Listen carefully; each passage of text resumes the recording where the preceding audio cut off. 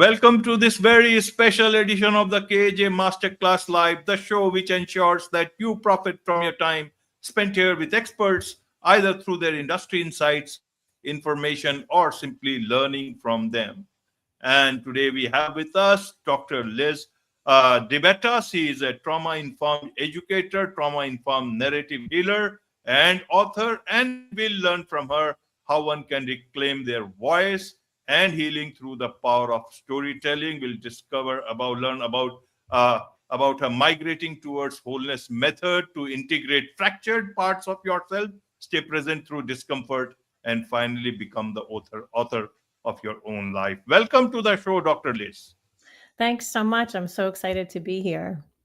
You are welcome. Welcome to the show. Welcome to India in this online form, Dr. Liz. And I'm sure not just in India, but a lot of people across the globe will benefit from what we are going to talk right now. We'll talk about healing trauma through one's story. We'll talk about this and much more. But before that, let's talk a bit about your journey, your story, your background, so that the audience knows who they are listening to. Yeah, so I'm Dr. Liz, and I came into founding my work at Migrating Toward Wholeness because of needing to heal my own trauma. So I guess the really brief version of that story is that about a decade ago, I was very stuck in my life. I knew that I needed to do something needed to change if I was going to move forward. And so my first line of defense has always been school. And at the time, I had 2 remaining credits of a master's degree that I had never finished because of some other life stuff that had happened that prevented me from finishing those 2 credits of that degree. And so I finally had an opportunity to go back to school and do that. And for me, that felt like taking an action step. It felt like being able to move forward in my life by finishing those credits and getting that degree that had sort of been hanging over my head for a while. And so when I went back to re-enroll in the program, they suggested that I take another class. And I didn't need to take another class because my 2 credits were independent study, but I decided that sounded like a good idea. And so I said, sure, that's fine. And the class that they suggested I take was a class in autobiographical writing, which is the thing that really cracked everything that I do now open, because in that class was the first time I was invited to write about my experience of being an adopted person. And up until that point, I had never really considered the impact of adoption on my life. I had never really understood the impact that being adopted had. I didn't even know that there was trauma associated with it. But when I started to figure out how to tell my story instead of the story that had been handed to me my whole life, I realized that I did have a story to tell, that it was a story that was important for me to be able to tell from my own perspective, and that it was a story that other people needed to hear. And also at that time, that led me into starting to do some reading and research into the trauma of maternal separation and the psychology of adoption. And I finally realized, oh, this is why I feel stuck. This is why I've not been able to move forward in my life, because I have all of this unresolved grief, unacknowledged loss, and unacknowledged trauma that's just swimming around in my body that's got nowhere to go. And so the writing of that first personal narrative called Unanswered Questions really helped me to start to put some of those pieces together. And then about a year later, I decided to go on and get my PhD. And in the first couple semesters of my PhD program, I took another class called Poetry and Healing. And that really solidified all the things, because I took this class and I realized there was a whole field of therapeutic writing. And I realized that I had been using poetry and expressive writing for most of my life. I had started writing poetry at 14.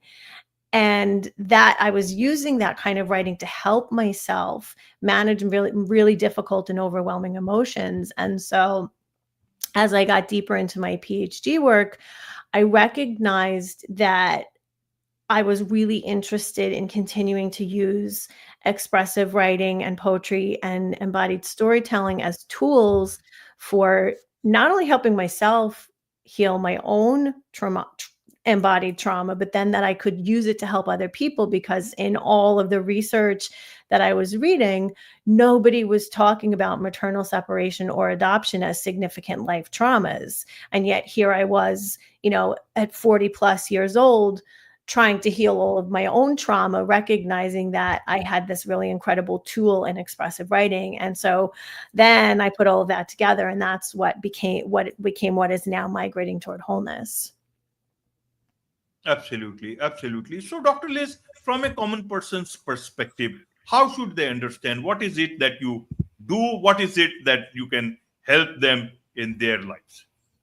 So what I do with Migrating Toward Wholeness, I have developed a framework and a methodology that has 5 core principles that are connected to the 7 parts of trauma healing. And the 5 principles are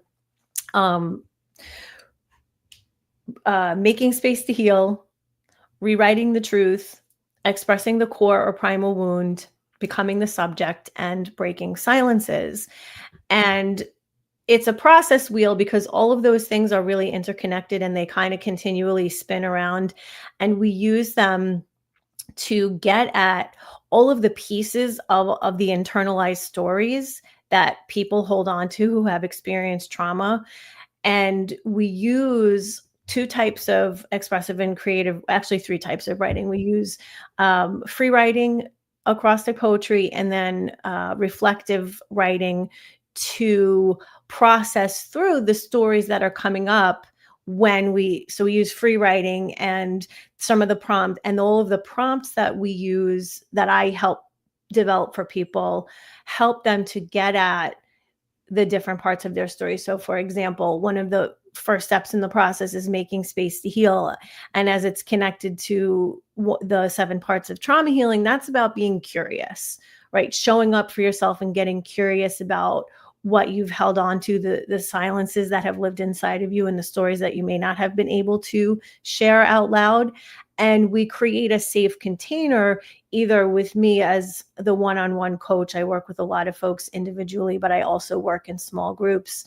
And sometimes the small group is a really great opportunity, because it becomes a supportive community of people with a shared experience. In this case of being adopted, I work with a lot of adoptees, and we come together and we use specific prompts to get at all of that embodied stuff, all of those stories that have been internalized, that tell us who we should be, how we should feel about ourselves. And we start to rewrite them, and we start to understand. And what I tell people all the time is that what I help people do the most is create a deeper connection to themselves through the writing, create a dialogue with themselves. And through that connection and dialogue, they can start to identify their own needs and wants, develop access to their voice again, and start using their voice. And that helps them to create a deeper connection to other people. Absolutely. So, Dr. Liz, you talk about narrative reclamation. So who takes away my narrative, and how do I reclaim that? Why should I reclaim that? Shouldn't I begin the story from wherever I am, wherever it is, and then take it forward? Help us understand from those several perspectives. Some people might be in a very good place at a particular point in time. Do they also have to go back and reclaim a story which is not so good for them? Yeah, that's a really great question. And I think a lot of people don't recognize the difference. This is a thing I've been thinking a lot about lately, because so many people get stuck in negative narrative loops, what I call negative narrative loops. And that's just when they're retelling the same story and getting stuck in it without moving forward. To your point, there are people that are at places in their lives where they're at a good place and they can take a story and move forward with it. But sometimes for those of us who have histories of trauma, particularly complex post-traumatic stress disorder, which is what happens to people with early childhood trauma, people like me who are adopted and have been separated at birth or shortly thereafter from our first mothers and our biological families, that is a pre-verbal kind of trauma that rewires our nervous systems. And so when I talk about reclaiming a narrative, we've had a narrative that has been disconnected. And this is true for many people who have experiences of trauma. They have to learn to reclaim the narrative and become the subject of the story instead of the object in the story. And so those two things are working together. And those are part of the core principles of Migrating Toward Wholeness, is that we rewrite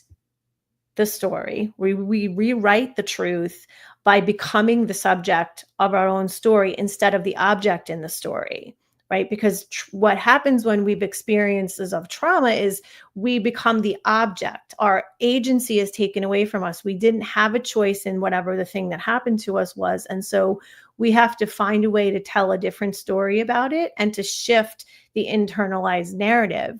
And it's really important for lots of us because as a society, like as a human society, there's so much trauma that gets passed down, not only because of external experiences, but also there's epigenetic trauma and there's cultural traumas that so many of us have experienced that get passed down from generation to generation, that if we don't go inside and look at those stories and start to tell them in a different way, we don't move forward and we stay stuck. And that's the other thing that I help people do, is to get unstuck by telling a different story.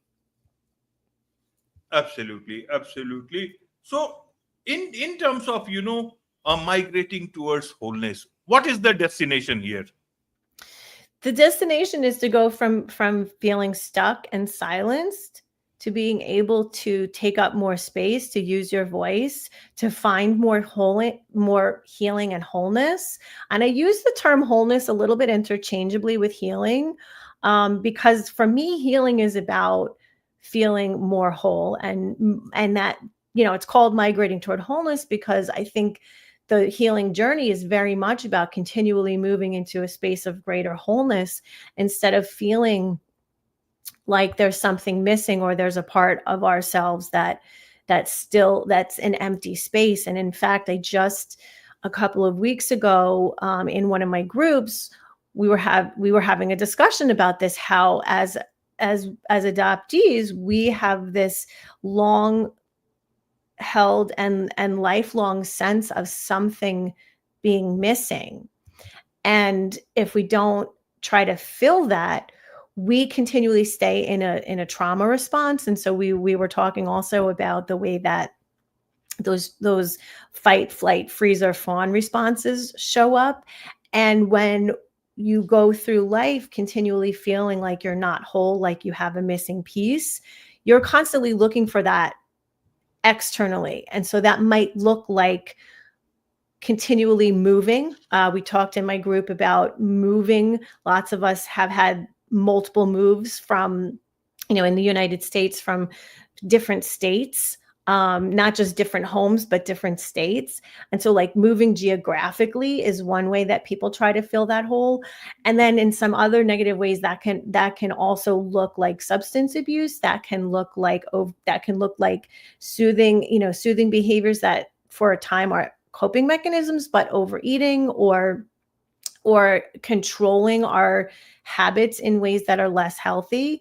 And so so it's really important to consider the way that the trauma is showing up, so that in the process of migrating toward wholeness, the goal is really to move toward a sense of healing in order to not stay stuck in the narrative, to not stay stuck in the nervous system responses that are activated, because of past memories, but they're not true in the present. And so it's learning tools to remember that when our nervous systems get activated, where our bodies and our brains are keeping us safe, but those are past alarms that are showing up that are true because of past experiences, but they're not true in the present. So learning how to really stay present and process through the emotions that we're feeling now instead of running away from them. Absolutely, absolutely, Dr. Liz, you talk about, creative expression can be a pathway to reclaiming voice, agency, and wholeness. Now, does it mean that everyone has to be a writer, author, storyteller, or is it for a layperson who is doing something else in their lives. No, art, first of all, art is for everybody, and creativity, like we're all as human beings, like, think about childhood and how children are so inherently creative. We don't teach them how to do art or how to draw or play or sing or dance. They just do it because they're curious, right? We unlearn how our creativity as we get older, because we get stuck in, the sort of social norms of the day to day, and we have to go to work and we have to pay the bills and we have to do the things, and we forget that creativity is really a lifeline to these parts of ourselves that need nurturing, the younger parts of ourselves. And so I tell people all the time who come to me and they're like, "Oh, but I'm not a writer." And my process is, you don't have to be a writer. It's not about how you write, it's about what you write. We're looking for the story, and so anybody can write, anybody can draw. I paint. I'm not, I cannot, I draw stick figures, but I love to paint. I love color, I love texture, and I just do it because it's fun. And so I encourage people to use art as a creative outlet, especially as a way out of a trauma response. And I'll use my own self as an example. One of the things that that I do a lot, I make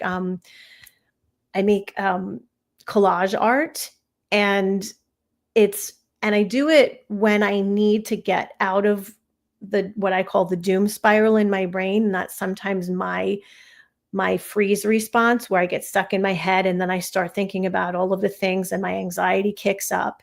And so what I like to do is I like to take out my paints and my magazines, and I paint, and then I find words and pictures that are important, and I make these collages. And then often, like, there's a story that comes out of the collage, because whatever the words that I've chosen becomes sort of a poem in that collage, and that helps me to redirect that energy in a way. And so movement's really good too. I also love to dance, and so something like, and that's something anybody can do. If you have a favorite song and you're feeling particularly, uncomfortable, or you need to get out of your head, get in your body, dance, do some movement. Anybody can create. And cooking, I love cooking too. Cooking is another creative outlet. And so I think there's lots of everyday creativity that we can find that can be really healing, and generative. Absolutely. So when you talk about, rewriting your trauma narrative, when you actually meet your trauma head on, or whatever way it is, how do you then rewrite it? Should you rewrite it only the way you want to? Should you rewrite it to give, solace to yourself? Help us understand, what story do I create? Should I live with the reality? It can either be very good or not so good, but your present will also, want to get you back there. How do you then, what do you mean by rewriting that narrative? How do you do that? Yeah. So for me, when I talk about rewriting the narrative, I mean being able to look at it and hold it with care. And so for me, what rewriting my narrative looked like, and as I said earlier, it really started with recognizing that there was a set of stories that I had been told my whole life about where I came from, why I was adopted. And the more I started to look at that story, the more I understood that, number one, it wasn't a true story, that it was a story that was actually largely made up because there wasn't a lot of information. And so for me, rewriting that story meant being able to kind of pull it apart a little bit and look at all of the parts of it that were less helpful. So I'll give you the example. So I was told that I was adopted because my my first mother was young and she wasn't married, and that she and her boyfriend, weren't sure they were going to get married, and they thought they wanted to be married if they were going to have a family, and that they wanted me to go to a couple that had college degrees, and that I should go to a Catholic family. Now, on the surface, that seems like a nice story, right? Because here's the story about this unfortunate young woman who wanted to give me a better life, right? That's the surface narrative. But what's underneath that I figured out as I started to really examine it was that the underlying message there was that it's not okay, like that babies belong with two parents instead of one, that you can't be a young single mother, that sex before marriage is not okay, that it's shameful, and that you can't make a choice to keep your baby, right? That you have to give your baby to somebody who is married, has a home, maybe has more financial means than you do, right? And so when you start to think about those narratives, those are less helpful, particularly for me as a woman who's growing up and trying to figure out my place in the world, and I have all of this convoluted messaging about what sex and sexuality and marriage and motherhood and all those things, like it. So it became very convoluted for me. And so when I started picking apart that story and realized, that the surface narrative seems very benign, but what's underneath it, the underlying message is less helpful, then I had to rewrite that and write it in a way that helped me connect the missing pieces for myself. And so when I talk about rewriting the narrative, that's what I mean. It's about looking at the stories that you've been told that you may not have examined pretty closely, that on the surface might seem benign or okay, that might actually have some less helpful undercurrents, and then rewriting the story. Because what happens when we do that is we start to carve new neural pathways in our brains that send different messages to our nervous systems, right? And part of it for me was really writing some of the parts of my story that I didn't know. And this is what I help other adopted people do, because many of us don't have access to records or family histories. And so sometimes we can rewrite those parts of our stories just to make a coherent storyline. And trauma does that too. Trauma sometimes protects us by cutting out pieces of a story. And so we can fill in those gaps, and our brains don't really know the difference. And so rewriting the story is really about creating healing for ourselves by telling us a version of the story that makes sense to us now, that's helpful to us now in the time and space that we're in, so that we don't stay stuck in that past version of ourselves. Absolutely. You have written a book also on this, adult adoptees and writing to heal. What have you dealt in this book? Who is this book for? This book is, I mean, in the introduction, at the end of the introduction, I do say that this is my gift to my fellow adoptees, to the adoptee community, but it's also a book for anyone who doesn't really know the truth about what it feels like to be adopted. It's because it's told through the lens of my story. It's a book for anyone who's interested in learning about writing as a tool for healing, which is primarily what I do and how I help people. I teach people how to use writing as a tool to heal and process embodied trauma. And so although the audience is, although it's written through the lens of my experience as an adopted person, and it is directed toward other adoptees, it's also helpful for therapists, for anyone interested in learning about how to use expressive writing and poetry as tools, and also to learn about adoption and the inherent trauma in it through the lens of my story. Absolutely. Absolutely. There's so much to learn about all this from you, Dr. Liz. And I'm sure a lot of people would want to connect with you, learn about your story, share their own story, and rewrite their story along with you. What's the best way for them to do so? The best way for people to get in touch with me is through my website, lizdebetta.com. You can join my mailing list, and I have all kinds of offerings. There are always free or low cost offerings, as well as upcoming group programs and one-on-one coaching options. And I love to connect with people on social media as well. And although I'm so easy to find, just you look up Dr. Liz DeBetta, and I'm on all the socials. Wonderful. With this, it's a wrap on this very special edition of the KJ Masterclass Live. Thank you so much indeed for joining us. Thank you.